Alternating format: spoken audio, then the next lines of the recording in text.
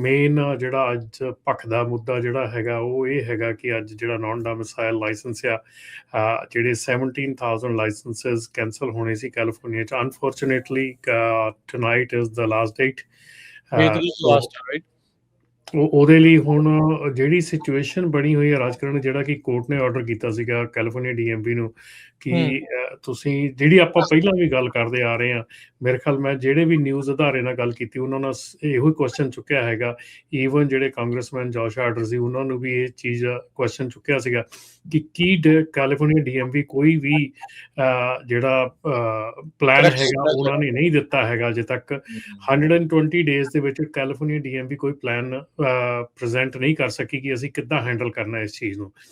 ਸਿਰਫ ਉਹ ਇੱਕ 60 ਡੇਜ਼ ਦੀ ਐਕਸਟੈਂਸ਼ਨ ਤੇ 60 ਡੇਜ਼ ਦੀ ਐਕਸਟੈਂਸ਼ਨ ਦੇ ਕੇ ਚੁੱਪ ਕਰਕੇ ਬੈਠ ਗਏ ਕਿ ਸਾਡੇ ਕੋਲ ਕੁਝ ਨਹੀਂ ਹੈਗਾ, ਅਸੀਂ ਕੁਝ ਨਹੀਂ ਕਰ ਸਕਦੇ, ਪਰ ਕੋਈ ਪਲਾਨ ਨਹੀਂ। ਹੁਣ ਕੋਰਟ ਨੇ ਲਾਸਟ ਮਿੰਟ ਤੇ ਉਹਨਾਂ ਨੂੰ ਪਲਾਨ ਦੇਣ ਨੂੰ ਕਿਹਾ ਹੈਗਾ ਤੇ ਮੇਰੇ ਖਿਆਲ ਦੇ ਵਿੱਚ ਜਿਹੜਾ ਕਿ DMV ਦਾ ਇਸ ਵੇਲੇ ਕਾਰ ਵਿਹਾਰ ਚੱਲ ਰਿਹਾ ਹੈਗਾ, ਤੁਹਾਨੂੰ ਕੀ ਲੱਗਦਾ ਕਿ 2 ਦਿਨਾਂ ਦੇ ਵਿੱਚ ਕੀ ਪਲਾਨ ਦੇ ਸਕਦੇ ਹੋ ਜਿਹਨਾਂ ਨੇ 120 ਦਿਨਾਂ ਦੇ ਵਿੱਚ ਕੋਈ ਪਲਾਨ ਨਹੀਂ ਦਿੱਤਾ ਹੈਗਾ? ਪਿਛਲੇ ਥੋੜੇ ਦਿਨ ਪਹਿਲਾਂ ਉਹ ਕਹਿ ਰਹੇ ਸੀਗੇ ਵੀ ਤੁਸੀਂ ਜਾ ਕੇ ਰੀਨਿਊ ਵੀ ਉਹ ਅਦਾਲਤ ਨੇ ਜਿਹੜਾ ਇਹਨਾਂ ਨੂੰ ਕਿਹਾ ਸੀਗਾ ਵੀ ਤੁਸੀਂ ਇਹਨਾਂ ਨੂੰ ਮੁਹੱਈਆ ਕਰਾਓ, ਠੀਕ ਕਰਾਓ।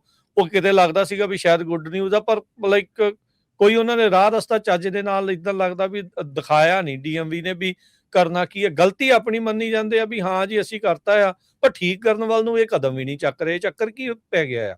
ਪਰ ਰਾਜਕਰਨ ਉਹਦੇ ਵਿੱਚ ਹੁਣ ਪ੍ਰੋਬਲਮ ਇਹ ਹੈ ਨਾ ਕਿ DMV ਦੇ ਹੱਥ ਦੇ ਵਿੱਚ ਹੈ ਨਹੀਂਗਾ ਕੁਝ ਵੀ, ਕਿਉਂਕਿ ਇਹ ਫੈਡਰਲ ਡਾਕੂਮੈਂਟ ਹੈਗਾ। ਉਹਨਾਂ ਨੂੰ ਅਲਾਉ ਕਰਨਾ ਆਪਾਂ ਸ਼ੁਰੂ ਤੋਂ ਇਹ ਗੱਲ ਕਹਿੰਦੇ ਆ ਰਹੇ ਹਾਂ ਕਿ ਇਹ ਫੈਡਰਲ ਡਾਕੂਮੈਂਟ ਹੈਗਾ ਆ। ਇਹ ਫੈਡਰਲ ਗਵਰਨਮੈਂਟ ਦੀ ਸਲਾਹ ਤੇ ਸਫਾਈ ਦੇ ਨਾਲ ਹੀ ਇਹ ਚੀਜ਼ ਜਿਹੜੀ ਆ ਇਹ ਸਿੱਧ ਕਰ ਹੋਣੀ, ਉਹ ਠੀਕ ਕਰ ਹੋਣੀ ਹੈ। ਉਹ ਇਹਨਾਂ ਦੇ ਵਿੱਚ ਜਿਹੜਾ ਇਸ ਵੇਲੇ ਕੈਲੀਫੋਰਨੀਆ ਤੇ ਫੈਡਰਲ ਦੇ ਵਿੱਚ ਇੰਨਾ ਜ਼ਿਆਦਾ ਫੇਵਰੇਬਲ ਰਿਸ਼ਤਾ ਹੈ ਨਹੀਂਗਾ ਜਿੱਥੇ ਕਿ ਉਹ ਚੀਜ਼ ਹੋ ਸਕੇ।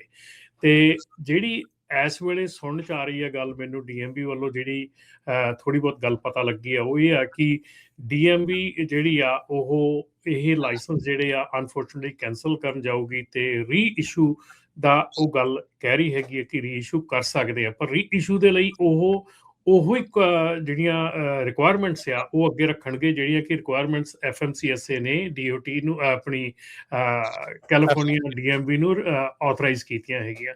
ਸੋ ਉਹ ਜਿਹੜੀਆਂ ਰਿਕੁਆਇਰਮੈਂਟਸ ਆ ਆਬਵੀਅਸਲੀ ਬਹੁਤ ਜਾਣੇ ਜਿਹੜੀਆਂ ਉਹ ਰਿਕੁਆਇਰਮੈਂਟਸ ਪੂਰੀਆਂ ਨਹੀਂ ਕਰਦੇ ਹੈਗੇ। ਸੋ ਇਸ ਕਰਕੇ ਬੜੀ ਅਨਸਰਟਨ ਸਿਚੁਏਸ਼ਨ ਹੈਗੀ ਆ। ਇੱਥੋਂ ਤੱਕ ਵੀ we have approach we told them ਕਿ ਅਸੀਂ ਇੱਥੋਂ ਤੱਕ ਵੀ ਉਹਨਾਂ ਨੂੰ ਕਿਹਾ ਕਿ ਤੁਸੀਂ ਰੀਟੈਸਟ ਕਰ ਸਕਦੇ ਆ ਬੰਦਿਆਂ ਨੂੰ, ਤੁਸੀਂ ਦੁਬਾਰਾ ਟੈਸਟ ਲੈ ਸਕਦੇ ਆ। ਜਿਹੜੇ ਬੰਦੇ ਕੁਆਲੀਫਾਈਡ ਆ, ਜਿਹੜੇ ਬੰਦੇ ਸਹੀ ਆ, ਉਹਨਾਂ ਨੂੰ ਤਾਂ ਐਟਲੀਸਟ ਲਾਇਸੈਂਸ ਦੇ ਦਿਓ।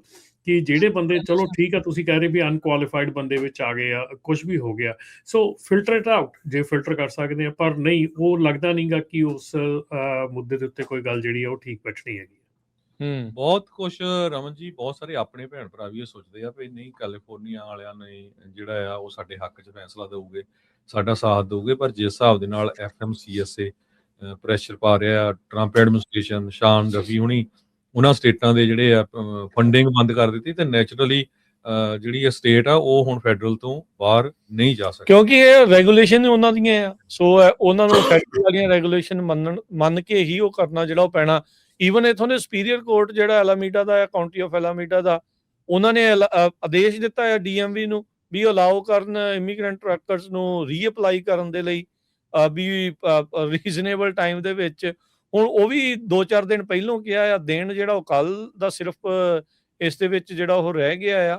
ਸੋ ਹੁਣ ਇਹ ਬੜੀ ਕਸੂਤੀ ਸਥਿਤੀ ਦੇ ਵਿੱਚ ਫਸੇ ਆ ਲੋਕ। ਉੱਥੇ ਜਾਣ ਤੇ ਉਹਨਾਂ ਨੂੰ ਇਹ ਡਰ ਆ ਵੀ ਕਿਤੇ ਸਾਡਾ ਲਾਇਸੈਂਸ ਜਿਹੜਾ 2-4 ਦਿਨ ਰਹਿ ਗਿਆ ਉਹ ਵੀ ਚੱਕ ਕੇ ਆਪਣੇ ਕੋਲ ਤਾਂ ਉਹ ਰੱਖ ਲੈਣ। ਸੋ ਲੋਕਾਂ ਦੇ ਲਈ ਜਿਹੜੇ ਲੋਕ ਇਸ ਦੇ ਵਿੱਚ ਫਸੇ ਪਏ ਨੇ ਰਮਨ ਜੀ, ਹਰਜੋਤ ਜੀ, ਉਹਨਾਂ ਦਾ ਵਿਚਾਰਿਆਂ ਦਾ ਕੰਮ ਜਿਹੜਾ ਔਖਾ ਹੋ ਗਿਆ। ਕਈਆਂ ਦੇ ਤੇ ਕੱਲੇ ਹੀ ਸੀਗੇ ਕੰਮ ਕਰਨ ਵਾਲੇ, ਉਹੀ ਜਿਹੜੇ ਇਹਦੇ ਉੱਤੇ ਡਿਪੈਂਡੈਂਟ ਸੀਗੇ। ਸੋ ਉਹਨਾਂ ਦੇ ਲਈ ਬੜਾ ਔਖਾ ਜਿਹੜਾ ਉਹ ਕੰਮ ਬਣ ਗਿਆ। ਸੋ ਉੱਦਾਂ ਕਹਿ ਤੇ ਇਹੀ ਰਹੇ ਆ ਵੀ CDL ਜਿਹੜੇ ਡਰਾਈਵਰ ਆ ਵੀ ਅਪਲਾਈ ਕਰ ਦਿਓ ਆਨਲਾਈਨ ਜਾਂ DMV ਦੇ ਵਿੱਚ ਜਾਓ, ਉਹਨਾਂ ਨੂੰ ਤੁਸੀਂ ਦੱਸ ਸਕਦੇ ਆ ਵੀ ਸੁਪੀਰੀਅਰ ਕੋਰਟ ਨੇ ਆਹ ਫੈਸਲਾ ਜਿਹੜਾ ਉਹ ਦਿੱਤਾ ਆ ਰੈਸੀਸ਼ਨ ਕਰਕੇ, ਕਹਿੰਦੇ ਵੀ ਤੁਸੀਂ ਉਸ ਦੇ ਮੰਗ ਜਿਹੜੀ ਉਹ ਕਰ ਸਕਦੇ ਆ ਵੀ ਆਈ ਰਿਕੁਐਸਟ ਰੈਸੀਸ਼ਨ ਆਫ ਕੈਂਸਲੇਸ਼ਨ। ਸੋ ਇਹ ਹੁਣ ਸਾਰੀਆਂ ਚੀਜ਼ਾਂ ਹੁਣ ਆਇਡੈਂਟੀਫਾਈ ਕਰਨ ਦੇ ਲਈ ਰਮਨ ਜੀ ਪ੍ਰੋਬਲਮ ਫਿਰ ਉੱਥੇ ਕੁੰਡੀ ਉੱਥੇ ਫਸ ਜਾਣੀ ਆ ਵੀ FMCSA ਦੀ ਨਵੀਂ ਰੈਗੂਲੇਸ਼ਨ ਦੇ ਮੁਤਾਬਕ ਦਸਤਾਵੇਜ਼ ਉਹਨਾਂ ਨੇ ਹੁਣ ਜ਼ਿਆਦਾ ਮੰਗੇ ਹੋਏ ਆ। ਜਿਹੜੇ ਕੱਲੇ EAD ਧਾਰਕ ਨੇ ਜਿਨ੍ਹਾਂ ਕੋਲ ਕੱਲਿਆਂ ਕੋਲ ਵਰਕ ਪਰਮਿਟ ਆ ਉਹਨਾਂ ਦੇ ਲਈ ਜਿਹੜੇ ਇਮੀਗ੍ਰੇਸ਼ਨ ਪੇਪਰ ਹੋਰ ਨਾਲ ਲੈ ਕੇ ਆਉਣੇ ਜਿਨ੍ਹਾਂ ਦੀ ਇਹ ਮੰਗ ਕਰ ਰਹੇ ਆ ਉਹਦੇ ਲਈ ਜਿਹੜਾ ਔਖਾ ਜਿਹੜਾ ਉਹ ਹੋ ਸਕਦਾ। ਸੋ ਹਾਲ ਦੀ ਘੜੀ ਇਹ ਵਿਚਾਰੇ ਮਝਧਾਰ ਚ ਕੀ ਇੱਕ ਹਿਸਾਬ ਦੇ ਨਾਲ ਲੱਗਦਾ ਵੀ ਗੁੱਠੇ ਲਾਈਨ ਹੀ ਵਿਚਾਰੇ ਲਾ ਦਿੱਤੇ ਗਏ। ਕੱਲਾ ਉਹ ਨਹੀਂ ਰਮਨ ਭਾਜੀ, ਮੈਨੂੰ ਕੱਲ ਕਾਲ ਆਈ ਸੀ ਇੱਕ, ਉਹ ਅਮਰੀਕਨ ਸਿਟੀਜ਼ਨ ਆਪਣਾ ਮੁੰਡਾ ਜੀ ਕਹਿੰਦਾ ਭਾਜੀ ਮੈਨੂੰ ਚਿੱਠੀ ਆ ਗਈ ਵੀ ਤੇਰਾ ਲਾਇਸੈਂਸ ਸਸਪੈਂਡ ਆ, ਹਨਾ। ਫਿਰ ਉਹ DMV ਗਿਆ, ਕਹਿੰਦਾ ਵੀ ਉਹਨੇ ਅਪਡੇਟ ਹੀ ਨਹੀਂ ਕੀਤਾ ਸੀ ਮੇਰਾ ਸਿਟੀਜ਼ਨਸ਼ਿਪ ਦਾ। ਸੋ ਇਹ ਬਹੁਤ ਕਹਿੰਦਾ ਵੀ ਖੱਜਲ ਖੁਆਰੀ ਤਾਂ ਹੋਈ ਆ ਵੀ ਮੇਰਾ ਦਿਹਾੜੀ ਭਰਨੀ, ਮੈਨੂੰ ਕੰਮ ਛੱਡਣਾ ਪਿਆ, ਉੱਥੇ ਗਿਆ ਪ੍ਰੂਫ ਲੈ ਕੇ, ਪਰ ਠੀਕ ਆ ਦੁਬਾਰਾ ਇਹ ਕੰਮ ਤਾਂ DMV ਦਾ ਸੀਗਾ। ਇੰਨਾ ਮੈਸਅਪ ਜਿਹੜਾ ਹੋ ਕੀਤਾ ਹੋਇਆ ਨਹੀਂ ਰਾਜਕਰਨ। ਹੁਣ ਇੱਥੇ ਜਿਹੜੀ ਕੋਰਟ ਦੇ ਆਰਡਰ ਆ ਨਾ ਉਹਦੇ ਵਿੱਚ ਅਕੋਰਡਿੰਗ ਟੂ ਦੈਟ DMV ਦੇ ਜਿਹੜੇ ਲੈਟਰਸ ਆ ਨਾ ਜਿਹੜੇ ਹੁਣ ਆਉਣੇ ਸ਼ੁਰੂ ਹੋਏ ਆ ਲੈਟਰ, ਉਹ DMV ਦੇ ਲੈਟਰ ਜਿਹੜੇ ਆ ਮੇਰੇ ਕੋਲ ਇੱਥੇ ਲੈਟਰਸ ਪਹੁੰਚੇ ਹੋਏ ਆ ਜਿਹੜੇ ਕਿ ਮੈਂ ਰੀਡ ਕੀਤੇ ਆ। ਇਹਦੇ ਵਿੱਚ DMV ਕਹਿ ਰਹੀ ਹੈ ਕਿ ਜਿਹੜੇ ਵੀ ਰਿਗਰੈਟ ਟੂ ਇਨਫੋਰਮ ਯੂ ਕਿ ਜਿਹੜਾ ਤੁਹਾਡਾ ਜਿਹੜਾ DMV ਆ will cancel your licence on March 6, 2026 pursuant to California Vehicle Code। ਠੀਕ ਹੈ, ਕਿੱਦਾਂ ਦੀ ਚਿੱਠੀ ਆ ਰਮਨ ਜੀ ਇਹਨਾਂ ਦੀ? ਇਹ ਚਿੱਠੀ ਹੈਗੀ ਹੈ ਜੀ ਫਰਵਰੀ 18 ਦੀ। 18 ਫਰਵਰੀ ਦੀ, ਠੀਕ ਹੈ। ਤੇ ਇਹਦੇ ਵਿੱਚ ਉਹਨਾਂ ਨੇ ਇਹ ਸਾਫ਼ ਲਿਖਿਆ ਕਿ in addition to your CDL being cancelled, your non-commercial driver license, that's a regular driver license, will also be cancelled. To obtain the new license, you must complete the online application, schedule an appointment, surrender your driver license in your possession, and bring this letter and all the relevant documents so that staff may conduct thorough review and provide the appropriate guidance। ਠੀਕ ਹੈ ਨਾ ਜੀ। ਸੋ ਇਹਦੇ ਵਿੱਚ ਇਹ ਸਾਫ਼ ਲਿਖਿਆ ਕਿ ਜਿਹੜਾ ਲਾਇਸੈਂਸ ਹੈਗਾ ਆ ਉਹ ਵੀ ਕੈਂਸਲ ਆ, ਜਿਹੜਾ ਰੈਗੂਲਰ ਕਾਰ ਲਾਇਸੈਂਸ ਹੈ ਉਹ ਵੀ ਕੈਂਸਲ ਆ। They have to come back and provide all the paperwork, then they will give them the guidance, not the license but the guidance। we don't know ਕਿ ਉਹਦੇ ਬਾਅਦ ਵੀ ਉਹ ਜਿਹੜਾ ਕਨਫਰਮ ਹੈਗਾ। ਸੋ ਜਿੱਥੋਂ ਤੱਕ ਮੇਰੀ ਸਮਝ ਕੰਮ ਕਰਦੀ ਹੈਗੀ ਜਿਹੜੀ ਚੀਜ਼ ਇਹਨਾਂ ਨੇ ਹੁਣ ਕੀਤੀ ਹੈਗੀ ਉਹਦੇ ਵਿੱਚ they will cancel the license plus they will ਸੇ ਕਿ ਅਸੀਂ ਰੀਇਸ਼ੂ ਕਰਾਂਗੇ, ਪਰ ਰੀਇਸ਼ੂ ਦੇ ਵਿਲ ਔਨ ਜਿਹੜੀਆਂ ਕਰੰਟ ਗਾਈਡਲਾਈਨਸ ਆ ਉਹਦੇ ਉੱਤੇ ਨਵੀਆਂ ਗਾਈਡਲਾਈਨਸ ਦੇ ਹਿਸਾਬ ਨਾਲ। ਹਾਂਜੀ।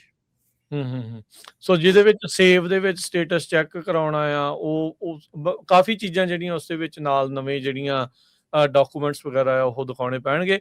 ਜੇ ਕੋਈ ਲੇਟਲੀ ਗਿਆ ਹੈਗਾ ਆ ਤਾਂ ਉਹ ਪਲੀਜ਼ ਦੱਸੇ ਕਾਲ ਕਰਕੇ ਵੀ ਕੀ ਉਹਨਾਂ ਨੇ ਜਿਹੜਾ ਉਹ ਕਰਨਾ ਹੈਗਾ ਆ।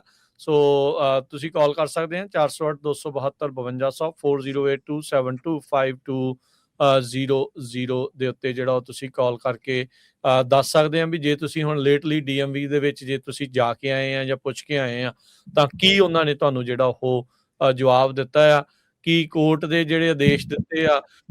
ਏਦਾਂ ਇਹ ਵੀ ਹੁੰਦਾ ਹੈ ਨਾ ਰਮਨ ਜੀ, ਹੁਣ ਕੋਰਟ ਦਾ ਜਿਹੜਾ ਜੱਜ ਬੈਠਾ ਆ ਉਹਨੇ ਰਾਪ ਟਰੈਕਿੰਗ ਨਹੀਂ ਕੀਤੀ ਹੁੰਦੀ, ਉਹ ਜੋ ਉਹਨਾਂ ਦੇ ਸਾਹਮਣੇ ਜ਼ਿਰਾ ਹੋਈ ਉਹਦੇ ਹਿਸਾਬ ਦੇ ਨਾਲ ਉਹ ਫੈਸਲਾ ਸੁਣਾ ਜਿਹੜਾ ਉਹ ਦਿੰਦੇ ਆ।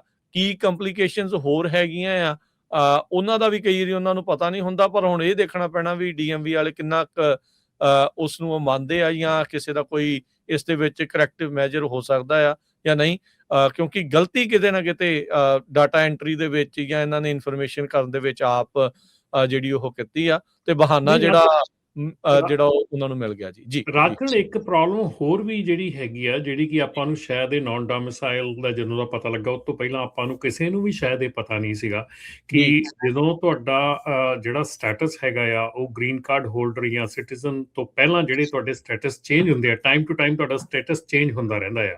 ਠੀਕ ਹੈ ਨਾ, ਤੁਹਾਡੇ ਕੋਲ ਵਰਕ ਪਰਮਿਟ ਆ, ਤੁਹਾਡੇ ਕੋਲ ਕੀ ਆ, ਤੁਹਾਡੇ ਕੋਲ ਹਰ ਚੀਜ਼ ਦੀ time to time status change ਹੁੰਦਾ ਔਰ ਤੁਹਾਡਾ ਵਰਕ ਪਰਮਿਟ ਦੀ ਜਿਹੜੀ ਐਕਸਪੀਰੇਸ਼ਨ ਡੇਟ ਆ ਉਹ ਵੀ ਚੇਂਜ ਹੁੰਦੀ ਆ। ਸੋ ਕਈ ਕੇਸਿਸ ਐਸੇ ਦੇਖਣ ਨੂੰ ਆਏ ਆ, ਕਈ ਕੇਸਿਸ ਐਸੇ ਜਿੱਦਾਂ ਹੁਣ ਕਈ ਕਹਿੰਦੇ ਵੀ ਮੇਰੇ ਕੋਲ ਗ੍ਰੀਨ ਕਾਰਡ ਹੈ ਮੇਰਾ, ਫਿਰ ਵੀ ਉਹਨਾਂ ਨੇ ਕੈਂਸਲੇਸ਼ਨ ਦੀ ਚਿੱਠੀ ਆ ਗਈ ਜੀ। ਸਾਨੂੰ ਇੱਕ ਚੀਜ਼ ਦਾ ਕਦੀ ਵੀ ਅਹਿਸਾਸ ਨਹੀਂ ਹੋਇਆ ਕਿ DMV 'ਚ ਜਾ ਕੇ ਅਸੀਂ ਆਪਣਾ ਜਿਹੜਾ ਸਟੇਟਸ ਆ ਉਹ ਅਪਡੇਟ ਕਰਨਾ ਹੁੰਦਾ ਆ, ਉਹ ਅਪਡੇਟ ਕਰੀਦਾ ਆ ਤਾਂ ਕਿ ਜਿਹੜਾ ਸਾਡਾ ਡਰਾਈਵਰ ਲਾਇਸੈਂਸ ਆ ਉਹ ਉਸ ਸਟੇਟਸ ਦੇ ਨਾਲ ਅਪਡੇਟ ਹੁੰਦਾ ਰਹੇ। ਅਸੀਂ ਬਹੁਤ ਜਾਣੇ ਜਿਹੜੇ ਜਿਨ੍ਹਾਂ ਨੂੰ ਲੈਟਰਸ ਆਈਆਂ ਹੈਗੀਆਂ ਉਹ ਅਨਫੋਰਚੂਨੇਟ ਸਿਚੁਏਸ਼ਨ ਦੇ ਵਿੱਚ ਆ ਗਏ ਆ ਕਿ ਲਾਸਟ ਈਅਰ ਸਪਟੈਂਬਰ ਤੋਂ ਪਹਿਲਾਂ ਕੋਈ ਅਪਡੇਟ ਨਹੀਂ ਸੀ ਕਰਦਾ ਹੁੰਦਾ ਲਾਇਸੈਂਸ ਨੂੰ ਜਾ ਕੇ ਕਿ ਮੇਰੇ ਕੋਲ ਆਹ ਆ ਗਿਆ, ਮੇਰੇ ਕੋਲ ਵਰਕ ਪਰਮਿਟ ਆ ਗਿਆ, ਗ੍ਰੀਨ ਕਾਰਡ ਆ ਗਿਆ।